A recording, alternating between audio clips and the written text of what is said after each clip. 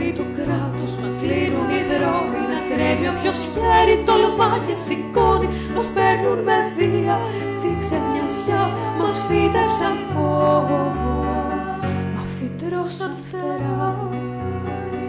Και κάθε λεπτό, σχεδόν κάθε μέρα, θρηνούμε μια κόρη, αδελφή και μητέρα. Μέσα σε μια νύχτα μας εξαφανίζουν, συνένοχος είναι όποιος σιωπά, σε μας αφανίζουν.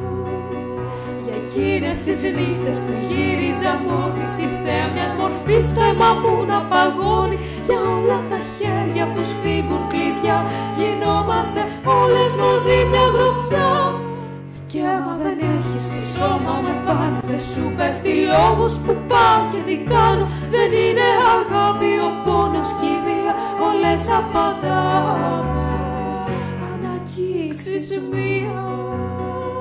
Κι αν δεν το κατάλαβες τούτη η στίχη, φωνάζουν πως βρίσκομαι εδώ από τύχη. Μοχή τραγουδάω, ακούστε με όλοι, στο σπίτι αν δεν έρθω, κάψτε την πόλη.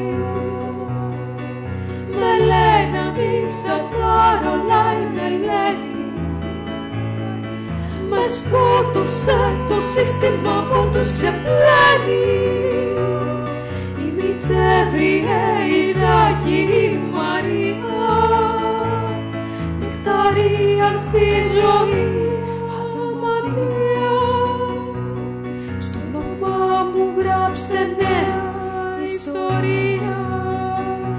Εκείνες τις νύχτες που γύριζα μόνη, στη θέα μιας μορφής το αίμα μου να παγώνει. Για όλα τα χέρια που σφίγγουν κλειδιά, γινόμαστε όλες μαζί μια γροθιά. Δικαίωμα δεν έχεις το σώμα με πάνω, δεν σου πέφτει λόγος που πάω και τι κάνω. Δεν είναι αγάπη ο πόνος και η βία, όλες απαντάω.